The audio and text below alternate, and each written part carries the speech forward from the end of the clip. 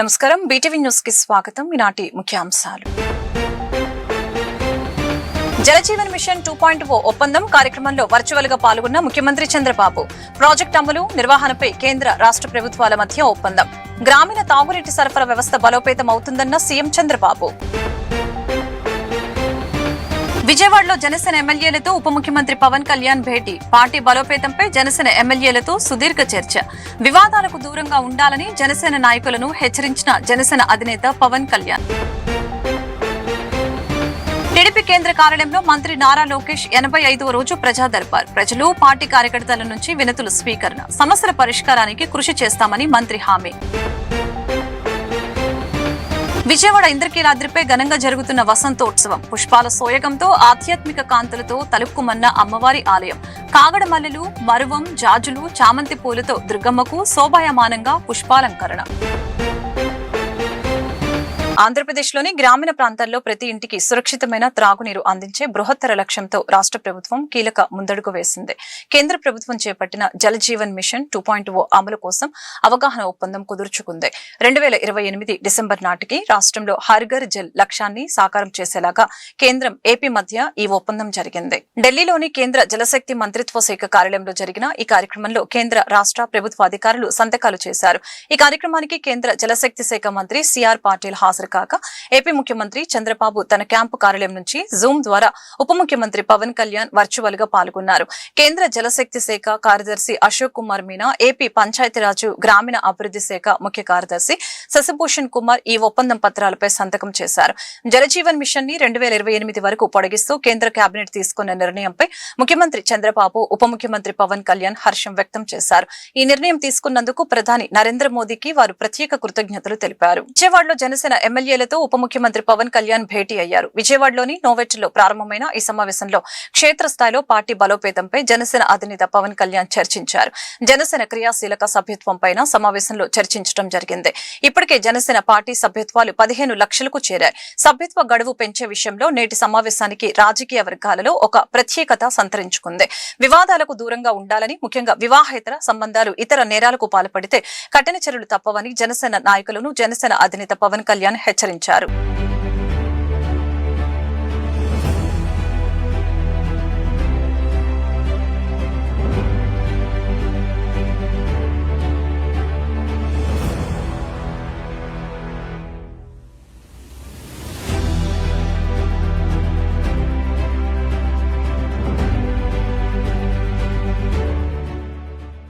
రాష్ట్రంలో కేబుల్ ఆపరేటర్లు ఎదుర్కొంటున్న సమస్యల్ని పరిష్కరించాలని, ఏపీ ఫైబర్ నెట్ లో కాలం తీరిన బాక్సులకి ₹59 రెంటల్ను తొలగించాలని ఏపీ కేబుల్ ఆపరేటర్స్ జేఏసీ ప్రతినిధులు మంత్రి నారా లోకేష్ ను కలిసి విజ్ఞప్తి చేశారు. సమస్యను సంబంధిత మంత్రి బీసీ జనార్దన్ రెడ్డి దృష్టికి తీసుకువెళ్లి పరిష్కారానికి కృషి చేస్తానని మంత్రి లోకేష్ వారికి హామీ ఇచ్చారు.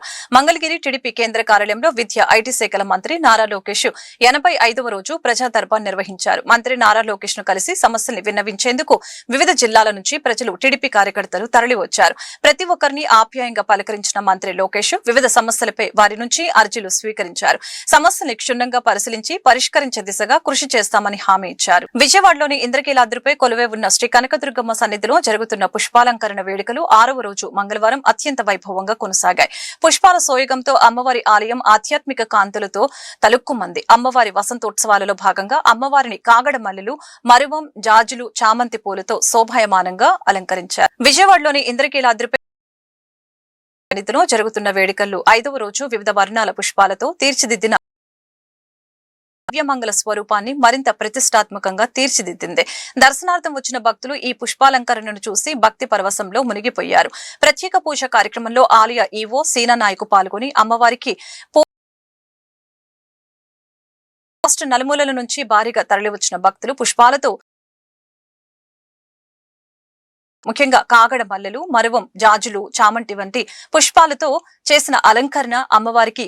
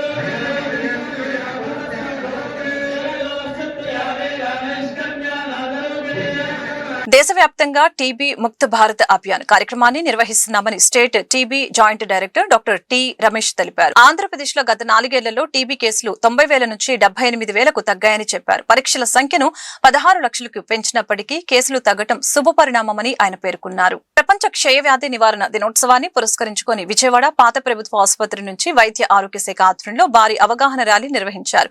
1882లో రాబర్ట్ కాక్ అనే శాస్త్రవేత్త టీబీ కారక బ్యాక్టీరియాను కనుగొన్న సందర్భాన్ని ఈ పురస్కరించుకొని ప్రతి ఏటా ఈ దినోత్సవాన్ని జరుపుకుంటున్నట్లు ఆయన తెలిపారు. ఈ సందర్భంగా state TB joint director doctor T Ramesh మాట్లాడుతూ 1882లో రాబర్ట్ కాక్ అనే శాస్త్రవేత్త టీబీ కారక బ్యాక్టీరియాను కనుగొన్న రోజును పురస్కరించుకొని ఈ దినోత్సవాన్ని పాటిస్తున్నామని, దీనిని నిర్మూలించేందుకు దేశవ్యాప్తంగా టీబీ ముక్త భారత్ అభియాన్ కార్యక్రమాన్ని లాంచ్ చేశామని ఈ సందర్భంగా తెలియజేశారు.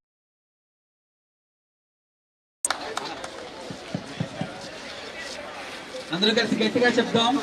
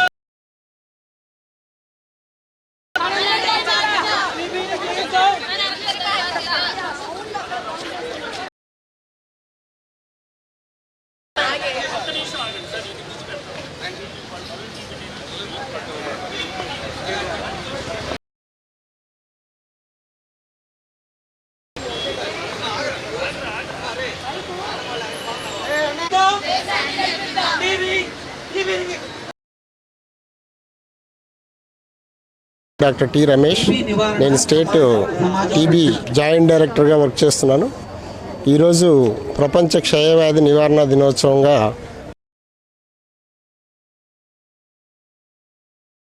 అనేది ఒక బ్యాక్టీరియా వల్ల వస్తుందని కనుక్కున్న రోజు. సో ఈ రోజుని మనం ప్రపంచ క్షయ నివారణ దినోత్సవంగా పాటిస్తాం. అలాగే మన భారతదేశంలో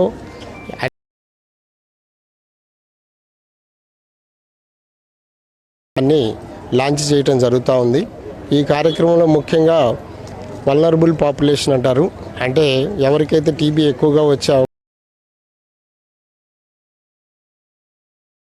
వాళ్ళందరినీ స్క్రీనింగ్ చేసి వాళ్ళ ద్వారా అంటే ఎర్లీగా మనం టీబీని కనుక్కోవడం కోసం ఈ కార్యక్రమాన్ని వస్తే గత 4 సంవత్సరాల్లో కూడా టీబీ కేసులు 90,000 నుంచి 78,000కు తగ్గాయి. అలానే టెస్టులు కూడా 8 లక్షల నుంచి అత్యధిక మందికి టెస్ట్ చేస్తున్నా కూడా మన కేసులు తగ్గుతున్నాయి. ఇది ఒక మంచి పరిణామం. దీంతో పాటుగా ఇక నుంచి రాకుండా ఉండేదానికి మనం స్థాపించడం మొదలుపెట్టడం జరిగింది.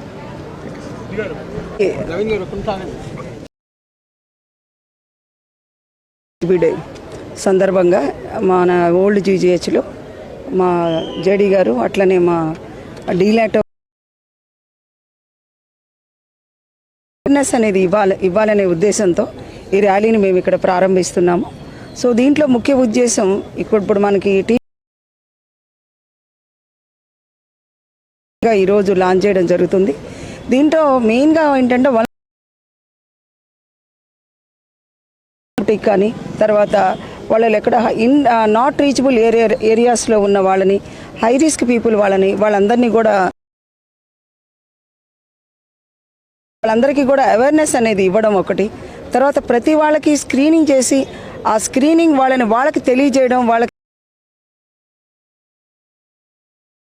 ఇప్పటి వరకు చెప్పుకుంటూ వచ్చాము. ఇప్పుడు అసిమ్టమాటిక్ గ్రూప్ వాళ్ళని మెయిన్గా టార్గెట్ చేయడం. అసిమ్టమాటిక్ గ్రూప్ అనేది వాళ్ళకి ఏముంటుందో ఏమో తెలియదు వాళ్ళకి. అలాంటప్పుడు వాళ్ళని టార్గెట్ చేస్తూ వాళ్ళని స్క్రీనింగ్ చేస్తూ ఆ టీబీని అనేది చేశామండి. కానీ ఈ ఇయర్ ఒక 3 monthsలోనే 12,000 టెస్టులు చేసి వాళ్ళలో 2,943 కేసులు జరిగింది. వాళ్ళందరికీ కూడా మేము వాళ్ళకి ట్రీట్మెంట్ ఇస్తూ వాళ్ళకి ఎన్జిఓస్ ఉన్నారండి. ఆ ఎన్జిఓస్ ద్వారా వాళ్ళకి ఏదైతే పోషక విలువలు ఉన్న వాళ్ళకి పదార్థాలు వాళ్ళకి ఇవ్వడం, ఇలాంటివన్నీ కూడా వాళ్ళకి ఇవ్వడం కూడా జరుగుతుంది. ఈ విధంగా టీబీ ముక్త భారత్ అభియాన్ని మనం ఒక పరిణామం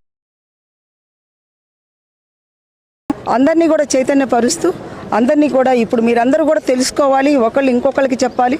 ఇది ముందు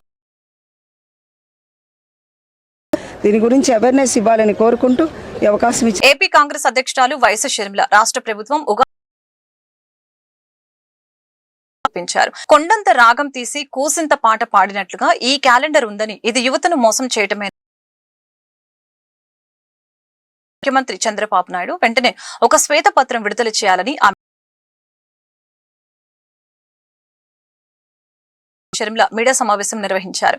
ఈ సందర్భంగా ఆమె మాట్లాడుతూ కూటమి ప్రభుత్వం జాబ్ క్యాలెండర్ పేరుతో నిరుద్యోగుల్ని నిరాశపరిచిందని అన్నారు.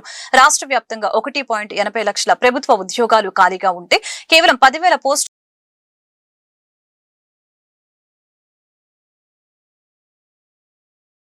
ఎప్పట్లోగా భర్తీ చేస్తారో స్పష్టత ఇవ్వాలని ఈ సందర్భంగా కోరారు.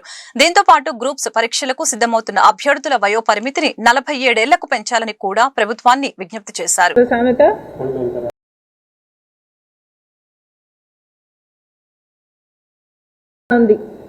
2 సంవత్సరాలుగా జాబ్ క్యాలెండర్ అని ఊరిస్తూ ఆఖరికి ఉసురు తీశారు.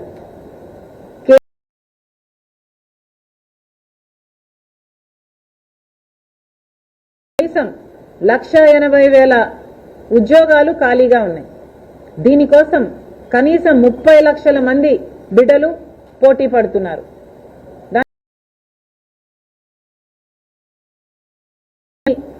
అప్పులు చేసి మరి చదువుకుంటూ ప్రిపేర్ అవుతున్నారు. తీరా చూస్తే ఎన్ని జాబ్లు విడుదల చేశారంటే చంద్రబాబు గారు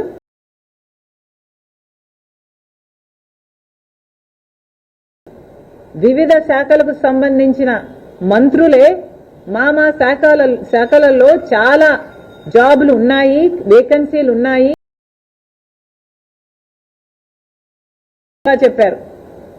2 సంవత్సరాలుగా చాలా గొప్పగా నంబర్లు కూడా విడుదల చేశారు. కానీ తీరా చూస్తే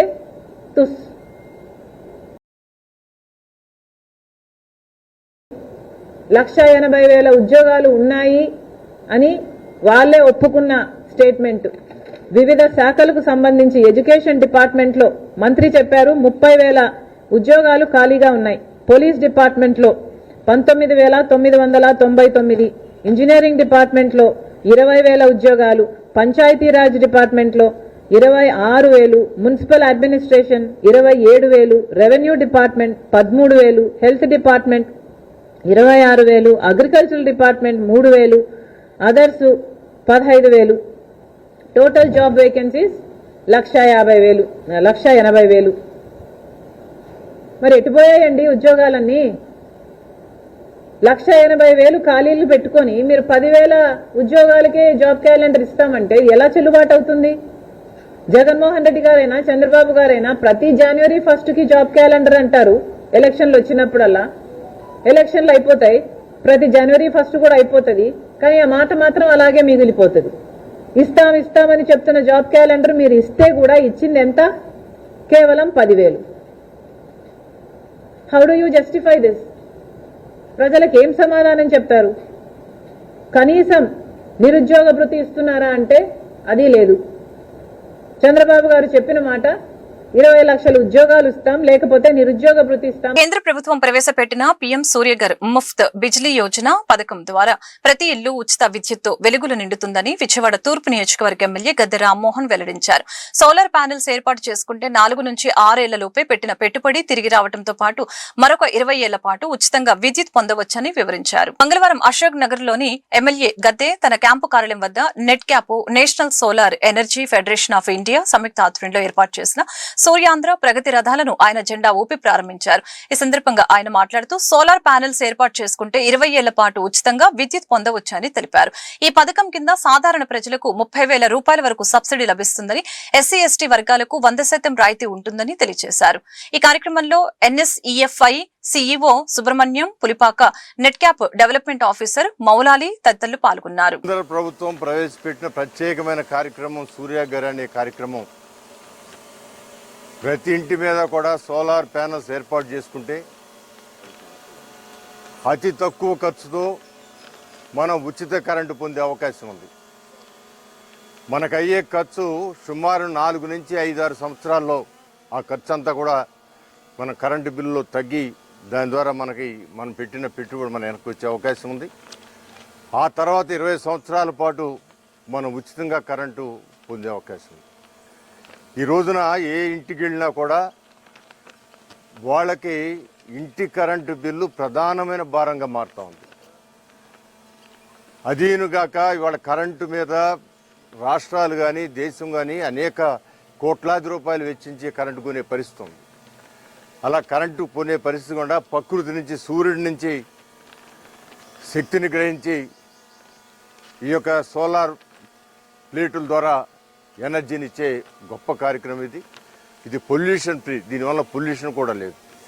ఇవాళ ఒక విద్యుత్తు తయారు చేయాలంటే మరి దానికి అనేకమైన బొగ్గు కావాలా, రకరకాల కావాలా, ఇదంతా కూడా పొగ. మనం చూసాం ఇక్కడ ఆ విద్యుత్ ప్లాంట్ ఇబ్రహీంపట్నంలో ఆ ప్లాంట్ చూస్తే చుట్టుపక్కలంతా కూడా మట్టిమయం అయిపోతుంది. అంటే ఆ పొగ అన్ని చెట్లకు పట్టేసి, రోడ్లకు పట్టేసి, అంటే మనకు తెలియకుండా మన లంగ్స్కి ఎంత పడుతుందో కూడా ఆలోచించుకోవాల్సిన అవసరం ఉంది. సో ఇలాంటి సమయంలో ఇలాంటి కార్యక్రమం ఇది కూడా ప్రభుత్వాలు, అటు కేంద్రంలో మోడీ గారు కానీ రాష్ట్రంలో ఆ యొక్క కార్యక్రమాన్ని అత్యంత శ్రద్ధగా తీసుకుని అనేకమైన సమావేశాలు ఏర్పాటు చేసి ఆయనకి చంద్రబాబు గారికి అవకాశం ఉన్న ప్రతి ఒక్క మీటింగ్లో కూడా ఈ కార్యక్రమం గురించి చెప్తూ ఉన్నారు. ఇది మనం ఒక ఇంటి మీద ప్లాంట్ పెట్టుకుంటే మనకి ఎనర్జీ సేవింగ్ రావడమే కాకుండా రాష్ట్రానికి కూడా బోల్డ్ ఎనర్జీ సేవింగ్ వస్తుంది. ఇప్పుడు ఎనర్జీని ప్రొడ్యూస్ చేస్తున్నాం కాబట్టి మనకి డిమాండ్ కూడా తగ్గుద్ది. కాబట్టి వీళ్ళు బయట రాష్ట్రాల నుంచి కొనే అవసరం ఉండదు. ఎందుకంటే మనం మొన్నటిదాకా చూసాం 20 గంటలకు పవర్ కట్ ఉన్న రోజులు చూసాం. లేదా ఒక రేత్రి మాత్రమే కొంచెం కరెంట్ ఉండి పగలంతా కరెంట్ లేని పరిస్థితులు అనేకం చూసాం. సో అలాంటి పరిస్థితుల్లో పేద ప్రజలకు ఇంటి స్థలమైన ఇవ్వాలని లేదా అద్దెైనా చెల్లించాలని, లేని పక్షంలో కూటమి ప్రభుత్వం పేద ప్రజల ఆగ్రహానికి గురికాక తప్పదని సిపిఐ రాష్ట్ర కార్యదర్శి ఈశ్వరయ్య హెచ్చరించారు. గత ఎన్నికల్లో పేద ప్రజలకు ఇచ్చిన హామీలను అమలు చేసే దిశగా ప్రభుత్వం నడుచుకోవాలని డిమాండ్ చేశారు. సిపిఐ రాష్ట్ర సమితి పిలుపు మేరకు ఎన్టీఆర్ జిల్లా కలెక్టరేట్ వద్ద సిపిఐ నగర కమిటీ ఆధ్వర్యంలో నగర కార్యదర్శి కోటేశ్వరరావు అధ్యక్షతన పేదల ఇంటి స్థలాల కోసం ఆందోళన చేపట్టారు. ఈ ఆందోళన కార్యక్రమాన్ని ఉద్దేశించి సిపిఐ నేతలు మాట్లాడారు.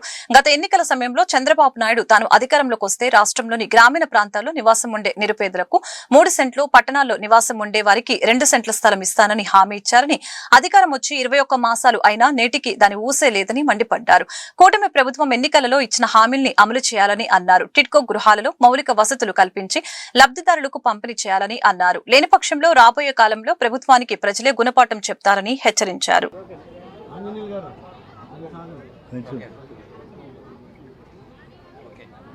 ఈరోజు భారత కమ్యూనిస్టు పార్టీ సిపిఐ రాష్ట్ర సమితి పిలుపులో భాగంగా రాష్ట్రంలో ఉన్నటువంటి 28 జిల్లా కేంద్రాల్లో, అదేవిధంగా వందలాది డివిజన్ కేంద్రాల్లో, మండల కేంద్రాల్లో, కొన్ని ప్రాంతాల్లో సచివాలయ స్థాయి వరకు ఇల్లు, ఇంటి పట్టాలు, రేషన్ కార్డులు, నూతనంగా పెన్షన్లు ఇవ్వాలని చెప్పి డిమాండ్ చేస్తూ చాలా పెద్ద ఎత్తున ఆందోళన కార్యక్రమానికి మేము శ్రీకారం చుట్టాం.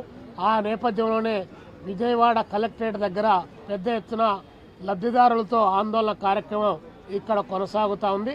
ఈ సందర్భంగా భారత కమ్యూనిస్ట్ పార్టీ సిపిఐగా రాష్ట్ర ముఖ్యమంత్రి చంద్రబాబు నాయుడు గారికి మేము విజ్ఞప్తి చేస్తూ ఉన్నాం. మీరు ఎన్నికల్లో అధికారంలోకి రాకముందు మీ యొక్క తెలుగుదేశం పార్టీ కూటమి మేనిఫెస్టోలో మేము అధికారంలోకి వస్తే గ్రామీణ ప్రాంతాల్లో 3 సెంట్లు, పట్టణ ప్రాంతాల్లో 2 సెంట్లు ఇల్లు కట్టుకోవడానికి 4 లక్షల రూపాయలు ఆర్థిక సహాయం చేస్తామని చెప్పేసి మీరు ప్రకటించారు. ఈ 2 సంవత్సరాల కాలంలో ఈ రాష్ట్రంలో 28 జిల్లాల్లో ఎక్కడ కూడా ఏ ఒక్కరికి 1 సెంటు స్థలం ఇచ్చినటువంటి పాపాన మీరు పోలేదు. కాబట్టి ఇప్పటికైనా మీరు ఇచ్చినటువంటి వాగ్దానం నెరవేర్చమని చెప్పేసి మేము డిమాండ్ చేస్తున్నాం. గతంలో ఈ ప్రభుత్వం అధికారంలోకి వచ్చినటువంటి సందర్భంలో 8 మాసాలు వెయిట్ చేసి ఇది కొత్తగా ఏర్పడినటువంటి ప్రభుత్వం కాబట్టి ఇది ఊపిరి పీల్చుకోవడానికి అవకాశం ఉండాలని చెప్పేసి మేము 18 మాసాల క్రితం పెద్ద ఎత్తున ఆందోళన చేసి ప్రభుత్వానికి విజ్ఞప్తుల ద్వారా లక్షల మంది లబ్ధిదారుల యొక్క అప్లికేషన్లు మేము జిల్లా కలెక్టర్ల ద్వారా ప్రభుత్వానికి నివేదించాం. కానీ దానిపైన కూడా ఇంతవరకు అతి గతి లేనటువంటి స్థితి ఈరోజు రాష్ట్రంలో కొనసాగుతుంది. మరీ ముఖ్యంగా టిడ్కో ఇళ్లకు సంబంధించి 9 సంవత్సరాల కాలం అంటే 2014 నుంచి 2018 వరకు ఇదే చంద్రబాబు నాయుడు గారి ప్రభుత్వ అధికారంలో ఉండి టిడ్కో ఇళ్లు నిర్మాణం చేపట్టి వేల కోట్ల రూపాయలు ప్రజల దగ్గర నుంచి డబ్బులు స్వీకరించి 9 సంవత్సరాలు అవుతా ఉన్నా కూడా లబ్ధిదారులకు స్వాధీనం చేయలేదు. ఈరోజు టిడ్కో ఇళ్ళన్నీ కూడా పెచ్చులు ఊడిపోయాయి, ఫ్లోరింగులన్నీ కూడా చెదిరిపోయింది, కరెంటు వైర్ లైన్స్ అన్ని కూడా డిస్టర్బ్ అయినాయి, తాగడానికి మంచినీళ్ళు లేచినటువంటి ప్రతిపక్షంలో ఉండగా ఒక మాట, అధికారంలోకి వచ్చిన తర్వాత ఆచరణ అనేటటువంటిది శూన్యం. మనం చూసినట్లయితే 2000 గత తెలుగుదేశం ప్రభుత్వ కాలంలో 25,000, 50,000, ₹1,00,000 కట్టించుకొని ప్రతి ఒక్కరికి కూడా ఇల్లు లేనటువంటి వారికి సొంత ఇంటి కళ నెరవేరుస్తామనేటటువంటి లక్ష్యంతో టిడ్కో ద్వారా మరి అందరి దగ్గర నుంచి కూడా లబ్ధిదారుల దగ్గర నుంచి డబ్బులు కట్టించుకున్నారు. ఏ ఒక్కరికి కూడా ఇల్లు ఇవ్వకుండా కట్టినటువంటి వారికి కేవలం పట్టాలు మాత్రమే ఇచ్చి చేయి దులుపుకున్నటువంటి వైనం గత తెలుగుదేశం ప్రభుత్వంలో చూసాం. మా ప్రభుత్వం మారిన తర్వాత ప్రభుత్వం జగన్మోహన్ రెడ్డి గారి ప్రభుత్వంలో కూడా టిడ్కో ఇళ్ళు అనేటటువంటిది ఎవరికి ఇవ్వాల. జగనన్న ఇళ్ల పేరుతోటి కేవలం పట్టాలు మాత్రమే ఇచ్చారు, అది కూడా ఎన్నికల ముందు ప్రజల యొక్క ఓట్లు పొందేటటువంటి దానికోసం. ఈ రోజున తెలుగుదేశం ప్రభుత్వం కూడా అదే వైనాన్ని అనుసరిస్తుందని చెప్పి సిపిఐగా అభిప్రాయపడతా ఉన్నారు. ఎందుకంటే నగరాల్లో 2 సెంట్లు, గ్రామాల్లో 2 సెంట్లు, అలాగే పట్టణాల్లో 2 సెంట్లు ఇస్తామని చెప్పి, పల్లెటూరులో 3 సెంట్లు ఇస్తామని చెప్పారు. దాంతోపాటు నిర్మాణానికి ₹4 లక్షల ఇస్తామని చెప్పినటువంటి కూటమి నాయకులు అధికారంలోకి వచ్చి 22 నెలలు అవుతున్నప్పటికీ కూడా దాని యొక్క ఊచెత్తలేదు, దాని గురించి శంకుస్థాపనలు కానీ ప్రారంభోత్సవాలు కానీ ఎక్కడ చేయనటువంటి పరిస్థితి ఉన్నది. అందువలన ఇది ఇల్లు అనేటటువంటిది, ఇల్లు ఇవ్వటం అనేటటువంటిది ఒక దీర్ఘకాలికమైనటువంటి ప్రణాళిక. ముందు స్థలాన్ని ఎక్వైర్ చేయాలి, చేసినటువంటి స్థలంలో డిపిఆర్ తయారు చేయాలి, తయారు చేసిన తర్వాత అండర్ గ్రౌండ్ డ్రైనేజ్, వాటర్ సౌకర్యము, ఎలక్ట్రిసిటీ సౌకర్యం ఇవన్నీ కూడా వేసిన తర్వాత లబ్ధిదారులకు ఏ రకంగా ఎంతమందికి ఇల్లు వస్తాయో వాళ్ళందరికీ కూడా ఇల్లు ఇచ్చేటటువంటి ప్రక్రియ. కాబట్టి ఆ ప్రక్రియ 2 సంవత్సరాలు అవుతున్నా కూడా అమెరికా, ఇజ్రాయెల్, ఇరాన్ పై చేస్తున్న యుద్ధం ఇప్పటికీ ప్రపంచ వ్యాప్తంగా తీవ్ర నష్టం తెచ్చిపెట్టిందని, మన దేశ వ్యవసాయ రంగానికి, రైతాంగానికి, ప్రజలకు కూడా తీరని కష్టాన్ని తెచ్చిపెట్టిందని ఆంధ్రప్రదేశ్ కౌలు రైతు సంఘాల రాష్ట్ర కార్యదర్శి హరిబాబు ఆవేదన వ్యక్తం చేశారు. ఏది ఏమైనా చర్చల ద్వారా సమస్యల్ని పరిష్కరించుకోవాలని, యుద్ధాన్ని పూర్తిగా ఆపాలని కోరారు. ప్రపంచంలో శాంతిని నెలకొల్పి రైతన్న సమస్యల్ని పరిష్కరించాలని డిమాండ్ చేశారు. ఆంధ్రప్రదేశ్ రైతు సంఘం, కౌలు రైతు సంఘాల ఆధ్వర్యంలో విజయవాడ నగరంలోని బాలోత్సవ్ భవన్ లో రౌండ్ టేబుల్ సమావేశం నిర్వహించడం జరిగింది. ఈ సందర్భంగా కౌలు రైతు సంఘం నాయకులు హరిబాబు మాట్లాడారు. అమెరికా, ఇజ్రాయెల్, ఇరాన్ పై చేస్తున్న యుద్ధానికి 5 రోజుల విరామం ప్రకటించిన విషయాన్ని స్వాగతిస్తూనే యుద్ధాన్ని పూర్తిగా ఆపడానికి చర్యలు తీసుకోవాలని రౌండ్ టేబుల్ సమావేశం ఇరుపక్షాలను కోరుతుందని చెప్పారు. యుద్ధం, ఇతర కారణాల వలన మన దేశంలో రైతాంగం పండిస్తున్న అనేక పంటలకు ధరలు తీవ్రంగా పడిపోతున్నాయని, ఒకవైపు పెట్టుబడులు విపరీతంగా పెరిగి నష్టాలతో సాగు చేస్తున్న రైతాంగానికి యుద్ధం గోరు చుట్టుపై రోకలి పోటులాగా తయారైందని చెప్పారు. రాష్ట్రంలో రైతులు పండించిన పంటలకు గిట్టుబాటు ధరలు కల్పించాలని ప్రభుత్వాన్ని కోరారు. రైతు సంఘం, కౌలు రైతుల సంఘం ఆధ్వర్యంలో ఈ రోజు ఇక్కడ రౌండ్ టేబుల్ సమావేశం నిర్వహించాం. దీని ప్రధానమైన ఉద్దేశం ఏమంటే అమెరికా, ఇజ్రాయెల్, ఇరాన్ మీద చేసే యుద్ధాన్ని ఆపాలని, తద్వారా ప్రపంచంలో శాంతిని కాపాడాలి, కోట్లాది మంది ప్రజల అశాంతి నుంచి రక్షించాలి, వేలాది ప్రాణాలు పోతున్న వాటిని ఆపాలి, అట్లాగే చిన్నపిల్లలు, మహిళలతో సహా మొత్తానికి నష్టం జరుగుతున్నటువంటి యుద్ధం వల్ల సామ్రాజ్యవాదులు విర్రవేగడానికి ఉపయోగపడుతుంది తప్పితే ప్రజలకేమీ ఉపయోగపడదు. కాబట్టి యుద్ధాన్ని ఆపాలని చెప్పేసి కోరుతున్నాం. రెండో విషయం ఏంటంటే ఈ యుద్ధం వల్ల మన రాష్ట్రంలోనూ మన దేశంలోనూ ఎంతో వ్యయ ప్రయాసాలకు వచ్చి కష్ట నష్టాలు పడి పంటలు పండిస్తే ఆ పంటలకి గిట్టుబాటు ధరలు ఎట్లాగో లేవు. కనీసం ప్రభుత్వం చెప్పిన మద్దతు ధరలు కూడా ఇవాళ రైతాంగానికి అందట్లేదు. ఉదాహరణకి మొక్కజొన్న వస్తే ప్రభుత్వం చెప్పింది 2400 రూపాయలకు కొంటామన్నారు. ఇవాళ మార్కెట్లో 1500 నుంచి 1700కి కొంటున్నారు. వ్యాపారులందరూ సిండికేట్ అయ్యారు, ప్రభుత్వం చోద్యం చూస్తుంది. అట్లాగే మిర్చి ఇంతకుముందు కేజీ 25 రూపాయలకి కొన్నారు, ఇప్పుడు 10 రూపాయలు అంటున్నారు. 10 కాదు, ఉదయం పూట ఏమో కొయ్యమంటారు, మధ్యాహ్నానికి మాకు వద్దంటారు. రైతాంగం తీసుకొచ్చిన కూలీల్ని ఏం చేయాలి? ఆ కోసిన పంటను ఎక్కడ పారబోయాలి? అట్లాగే టమాటా వచ్చేటప్పటికి కేజీ ₹2 రైతాంగానికి అందుతుంది. వినియోగదారుల మీద మాత్రం భారాలేమీ పెద్దగా తగ్గిన సందర్భం కనిపించట్లా. అట్లాగే ఏంటంటే ఆక్వా ఉత్పత్తులకు సంబంధించి ఈ 30 కౌంట్ ఉన్నది సుమారుగా ₹50 తగ్గిపోయింది. ప్రభుత్వం వాళ్ళకి తక్కువ రేటుకి విద్యుత్ ఇస్తానన్నది, విద్యుత్ స్తంభాలు ట్రాన్స్ఫార్మర్లు ఇస్తానన్నది కూడా అమలుకి రాలేదు. అట్లాగేంటంటే ఇంకా గ్యాస్కు సంబంధించి ప్రభుత్వం చెప్పింది మా దగ్గర బ్రహ్మాండమైన నిల్వలు ఉన్నాయి, ఆందోళన వద్దు, ప్యానిక్ అవ్వద్దని చెప్పేసి చెప్తున్నారు. కానీ ఇవాళ వచ్చేటప్పటికి కమర్షియల్ బండలు ₹5000 బ్లాక్లో అమ్ముతున్నట్టుగా సమాచారం. అంటే ఎంత పెద్ద ఎత్తున బ్లాక్ జరగడానికి కారణం ప్రభుత్వం అజమాయిషీ లేకపోవడం, లేదా బ్లాక్ మార్కెటర్లతో వీళ్ళందరూ ప్రభుత్వం కూడా కుమ్మ. యుద్ధం వల్ల భారతదేశంలో ఉన్న వ్యవసాయ రంగానికి, రైతులకి, ప్రజలకి కూడా తీరని నష్టం, కష్టాలు జరుగుతున్నాయి. ఈ యుద్ధం వల్ల రైతులు కష్టపడి పండిస్తున్నటువంటి ఎగుమతులన్నీ కూడా ఆగిపోయినాయి. పౌల్ట్రీ గుడ్లు ఉత్పత్తులు ఎగుమతులు ఆగిపోయినాయి. ఆక్వా సముద్ర ఉత్పత్తులు కానీ, రొయ్యలు కానీ, బియ్యం ఉత్పత్తులు, పాలు, కూరగాయలు, పండ్లు, మొక్కజొన్న ఈ ఎగుమతులన్నీ కూడా ఆగిపోయినాయి. వెళ్ళిన ఎగుమతులేమో ఓడలు మళ్ళీ వెనక్కి వస్తున్నాయి. దీనివల్ల రైతాంగం తీవ్రంగా నష్టపోతున్నారు. ఇటువంటి సందర్భంలో ప్రభుత్వం, కేంద్ర రాష్ట్ర ప్రభుత్వాలు జోక్యం చేసుకోవాలి. రైతాంగానికి ఇబ్బందులు లేకుండా చూడాలని కోరుతున్నాం. ఈ పేరుతో అన్ని ఉత్పత్తుల ధరల్ని తగ్గించేశారు. పంటల ఉత్పత్తి ధరలు, రైతులు నష్టపోతున్నారు. కేంద్ర ప్రభుత్వం, రాష్ట్ర ప్రభుత్వం మార్కెట్ ఇంటర్వెన్షన్ స్కీమ్ జోక్యం పథకం ద్వారా చేసుకోవాలి. అలాగే ధరల స్థిరీకరణ నిధిని అమలు చేసి రైతాంగానికి నష్టం లేకుండా ధరలు అందించేలాగా చూడాలి. ఇదే సందర్భంలో ఇలాంటి సంక్షోభాలు వచ్చినప్పుడు రైతాంగాన్ని ఆదుకోవటానికి దేశీయ వినియోగం పెంచాలి. అంటే డొమెస్టిక్ మార్కెట్ని పెంచాలి. ఈవేళ అరటిపళ్ళు కానీ, కూరగాయలు కానీ, పండ్లు కానీ, గుడ్లు కానీ, రొయ్యలు కానీ ఇవన్నీ కూడా చౌక ధరకి, సబ్సిడీ ధరలకు అందిస్తే ప్రజలకి పౌష్టికాహారం అందుతుంది. స్కూల్ పిల్లలకి మధ్యాహ్న భోజనం, హాస్టల్స్, హోటల్స్, సైనికులకి వీళ్ళందరికీ వినియోగించడం ద్వారా అటు రైతాంగాన్ని కాపాడొచ్చు, ఇటు ప్రభుత్వం రైతుల్ని ఒడిదుడుకుల నుంచి కాపాడొచ్చు, ప్రజలకు కూడా పౌష్టికాహారం అందుతుంది. దీనన్నిటికీ కారణమైనటువంటి యుద్ధాన్ని ఆపాలని రైతాంగం తరపున, భారత ప్రజల తరపున మనం కోరుకుందాం. యుద్ధం ఆగిపోవాలి, శాంతి రావాలి, దేశ ప్రజలకి, రైతాంగానికి మేలు జరగాలని ఆంధ్రప్రదేశ్ రైతు ముఖ్యమంత్రి చంద్రబాబు నాయుడు పిలుపు మేరకు నియోజకవర్గంలోని నిరుపేదల ఆర్థిక అభివృద్ధి లక్ష్యంగా పనిచేస్తున్నట్లు ఎమ్మెల్యే గద్దె రామ్మోహన్ రావు వెల్లడించారు. నియోజకవర్గం అభివృద్ధిలో భాగంగా 13వ డివిజన్లో 6 కోట్లతో అభివృద్ధి పనులు చేపట్టేందుకు చెందిన పలువురు లబ్ధిదారులకు సుమారు 1.30 లక్షల విలువైన జీవనోపాధి పరికరాలను ఎమ్మెల్యే గద్దె రామ్మోహన్ రావు పంపిణీ చేశారు. ఇందులో 2 ఇస్త్రీ బండ్లు, 2 ప్లాట్ఫారం రిక్షాలు, 3 కూరగాయల బండ్లు ఉన్నాయి. లబ్ధిదారులకు పెట్టుబడి నిమిత్తం నగదును కూడా అందజేశారు. ఈ సందర్భంగా ఎమ్మెల్యే గద్దె రామ్మోహన్ మాట్లాడుతూ ప్రభుత్వ పథకాలతో పాటు తన వ్యక్తిగత నిధులతో నియోజకవర్గంలోని నిరుపేదలకు అండగా నిలుస్తున్నట్లు తెలిపారు. సంక్షేమంతో పాటు అభివృద్ధి పనుల్ని కూడా పెద్దెత్తున నియోజకవర్గంలో చేపట్టామని అన్నారు. ఈ కార్యక్రమంలో పార్టీ నేతలు, మాజీ కార్పొరేటర్ తదితరులు పాల్గొన్నారు. చంద్రబాబు నాయుడు గారు P4 అనే ఒక కార్యక్రమం కోసం ప్రతి అవకాశాన్ని, ప్రతి మీటింగులో స్టేజ్ను కూడా ఉపయోగించుకుంటూ తోటివాడికి సాయం చేయండి, తోటివాడికి సాయం చేయండి, తోటివాడికి సాయం చేయండి అని చెప్పి అనేక మార్లు చెప్తా ఉన్నారు. ఇవాళ మనం చూసుకుంటే బైబిల్ చదివినా, ఖురాన్ చదివినా, లేకపోతే భగవద్గీత చదివినా మూడిట్లో కూడా ఒకటే మాట ఉంది, మానవ సేవే మాధవ సేవ. ఆ దేవుడే చెబుతాడు స్వయంగా, మీరు వచ్చి నాకు పూజలు చేసి నన్ను కోరికలు అడగటం కాదు, మీరు ఇతరులకు ఏం చేశారో చెప్పండి అని దేవుడు అడుగుతాడని కూడా బైబిల్లో రాయబడింది. అదేవిధంగా ఖురాన్లో కూడా ఇదే మాట రాయబడింది, భగవద్గీతలో కూడా రాయబడింది.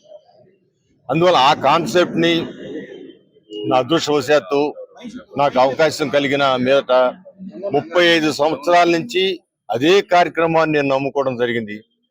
దేవుని పెద్ద నమ్ముకోలేదు, బట్ ఆ కార్యక్రమాన్ని నమ్ముకున్నాను. మరి ఆ దేవుడు కూడా ఆ కార్యక్రమం నమ్ముకున్నాను కాబట్టి నేను అడిగినా అడగకపోయినా నాకు కావాల్సినవి కూడా ఇస్తున్నాడని కూడా నేను అనుకుంటా ఉన్నాను. ఎందుకంటే ఇవాళ ఇది 30 సంవత్సరాల నుంచి ఈ కార్యక్రమం చేస్తా ఉన్నాను. ఎక్కడ హాస్పిటల్ ఇబ్బంది పడతా ఉంటే వాళ్ళ హాస్పిటల్ ఫీజులు కట్టుకోలేక వాళ్ళ ప్రాణాలు పోయే స్థితిలో ఉంటే నా శక్తి వంచిన మేరకు వాళ్ళకి హాస్పిటల్లో డబ్బులు కట్టి ట్రీట్మెంట్ చేసే సందర్భాలు ఉన్నాయి. ఇలాంటి బళ్ళు ఇచ్చిన సందర్భాలు లేకుండా మంచినీళ్ళు లేని గ్రామాల్లో మంచినీళ్ళు పోసిన సందర్భాలు ఉన్నాయి. ఇవన్నీ నాకు శుభ సూచకంగా నాకు ఉపయోగపడుతుందని నేను అనుకుంటాను. అందుకే ఇవాళ నారా చంద్రబాబు నాయుడు గారు చెప్పే P4 కాన్సెప్ట్ని ఇంకా చాలా మంది మాకు అర్థం కాలేదంటున్నారు. నేను చెబుతున్నాను, ఒక రిక్షా కార్మికుడు సైతం తోటివాడికి సాయం చేసే శక్తి కలిగిన వాడే అని చెప్తున్నాను. కానీ ఆయనలో క్రమశిక్షణ రావాలి. ఆయన సంపాదించిన సొమ్మంతా కూడా కుటుంబ అవసరాలకు వాడాలనే ఆలోచన రావాలి.